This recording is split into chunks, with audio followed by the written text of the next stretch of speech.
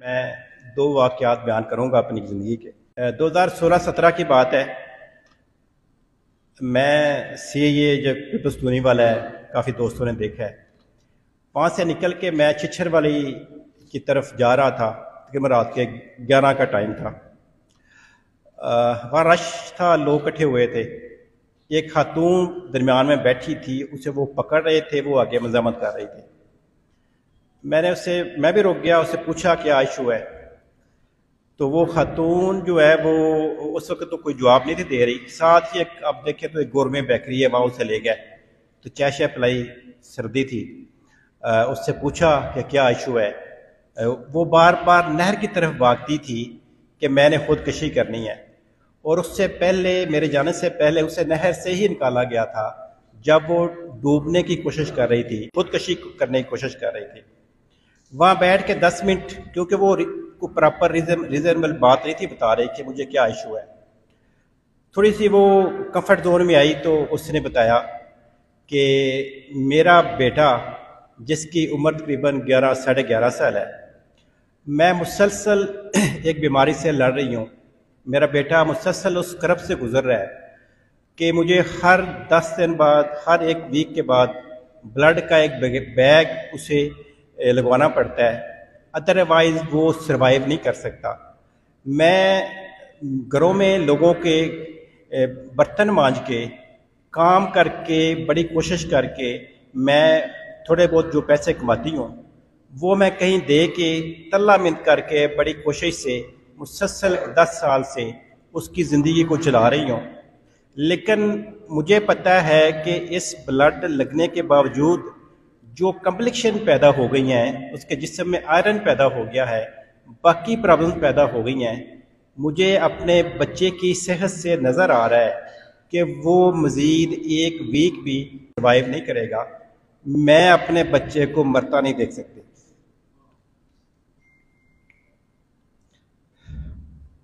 اور میں چاہتی ہوں کہ میں مطلب کہ خود مر جاؤں، اور میں اپنے بچے کو ڈیڈ باڈی نہیں دے سکتی۔ یہ جو میسج تھا اس ماں کا، وہ ایک ماں کا میسج نہیں تھا، وہ سارے والدین کا ایک ہی میسج تھا۔ اس کے بعد جب میں نے اس سے مزید بات کی تو اس نے کہا کہ میرا بچہ مزید 10 سال سروائیو کر سکتا تھا۔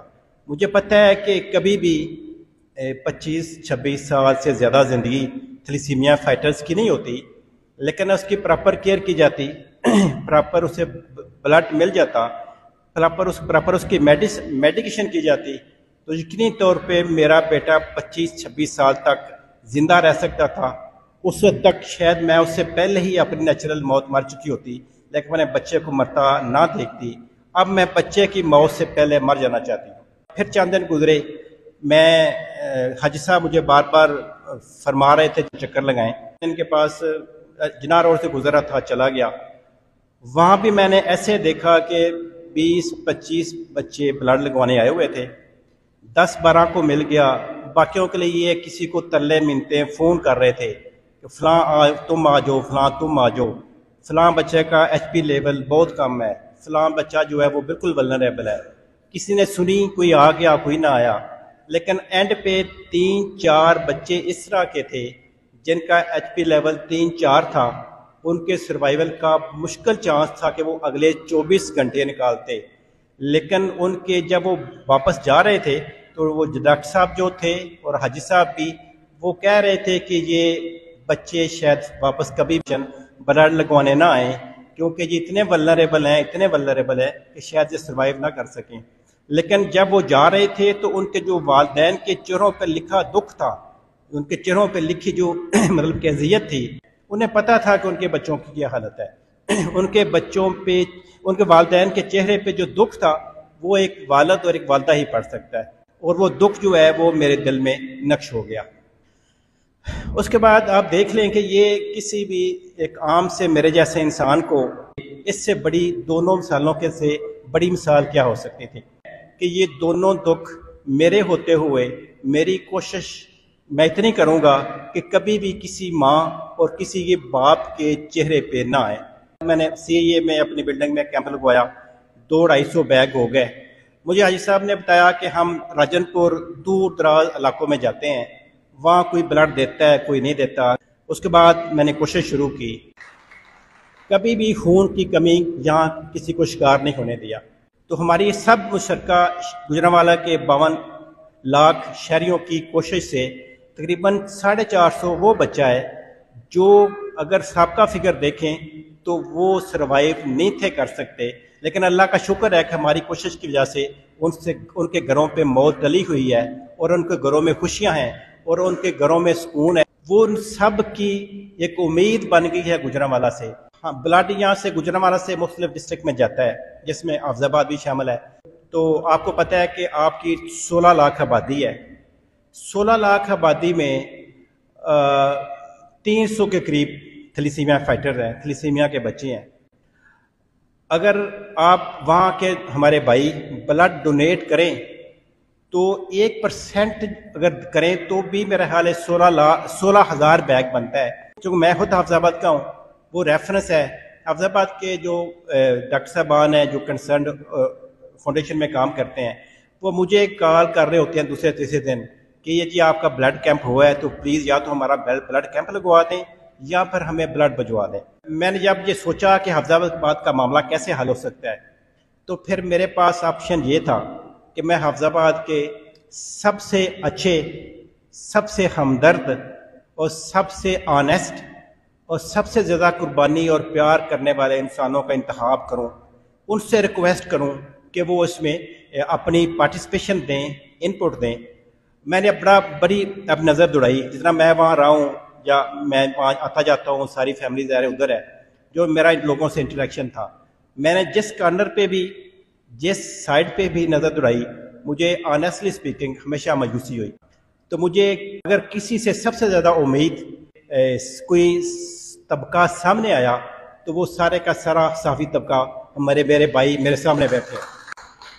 اب میری گزارش ہے اپنے صحافی بھائیوں سے کہ آپ چہرہ مورا ہیں اس 16 لاکھ کا، آپ فیس ہیں اس 16 لاکھ آبادی کا، لیکن آپ کی طرف دیکھ رہے ہیں تقریباً 280 بچے ایک امید لے کے، ایک آس لے کے، اور ان کی امید اور آس جو ہے وہ زندگی کی ہے. ان کی آنکھوں کی گہرائی کو دیکھیں، کبھی غور سے دیکھیں، آئی ریپیٹ کہ کبھی غور سے دیکھیں، آپ کو وہ زندگی کی بھیک مانگتے نظر آئیں گے. میرے سامنے بیٹھے حافظ آباد کے کم از کم یہ جو دوست ہیں یہ ہر حال میں ان کی خواہش کی تکمیل کر سکتے ہیں، ان کے چہروں پہ روشنی لا سکتے ہیں، ان کی امید برقرار رکھ سکتے ہیں. ان کی جو روٹین کی لائف ہے اس کو 10-15 سال زیادہ کر سکتے ہیں. ان کے گھروں میں جو سانحہ آنا ہے درپیش ہے اس کو ٹال سکتے ہیں. ان کے جو گھر میں خوشیاں ہیں اس کا تسلسل برقرار رکھ سکتے ہیں. اگر خود باپ ہیں تو سمجھتے ہیں کہ کتنا بڑا دکھ ہے، خود باپ بنتے ہوئے ان کو اس دکھ سے بچا سکتے ہیں.